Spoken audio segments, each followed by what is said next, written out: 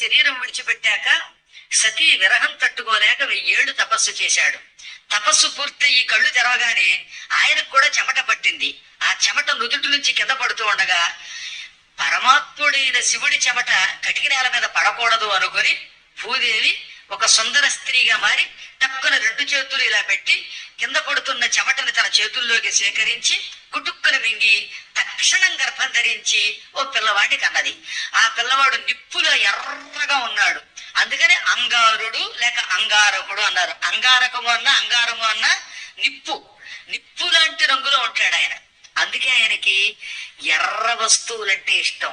ఆయన శరీరం నుంచి పగడములు పుట్టాయి కనుక అంగారకుడికి ఇష్టమైనటువంటి రత్నం పగడం అన్నమాట. అంగారకుడిని పూజించే వాళ్ళు ఎర్రబట్టలు కట్టాలి.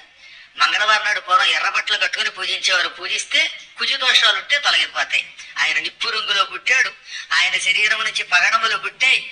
ఆయన పుట్టగానే ఒకేసారి కుర్రవాడైపోయాడు, పెద్దవాడైపోయాడు, యువకుడైపోయాడు. తండ్రిని పూజించాడు. అప్పుడు తండ్రి గారు నువ్వు కాశీ వెళ్ళి నీ పేరు మీదుగా లింగ ప్రతిష్ఠ చెయ్యి అన్నాడు. వెంటనే శివపుత్రుడు ఇటు భూదేవి పుత్రుడు అయిన అంగారకుడు కాశీ వెళ్ళాడు. అక్కడ తన పేరు మీదుగా కుజేశ్వర లింగాన్ని ప్రతిష్ఠించాడు. కాశీలో మొత్తం నవగ్రహాలు ప్రతిష్ఠించిన లింగాలు ఉంటాయి ఇప్పటికి కూడా. అందులో కుజేశ్వర లింగం ఉంటుంది. మంగళేశ్వరుడు లేక కుజేశ్వరుడు అంటారనమాట. అలా లింగ ప్రతిష్ఠ చేయగానే శివుడు మెచ్చుకొని నువ్వు పుట్టిన ఉజ్జయినిలో, నీవు పుట్టిన జన్మస్థలంలో అంటే కుజగ్రహ జన్మభూమిలో నీకు ఒక ఆలయం నిర్మాణం చేస్తాడు బ్రహ్మ. నువ్వు కూడా లింగ రూపంలో మంగళ మహాదేవుడు అని పిలువబడుతూ కలియుగాంతం వరకు అక్కడ ఆలయంలో లింగ రూపంలో కొలువయ్యుండు.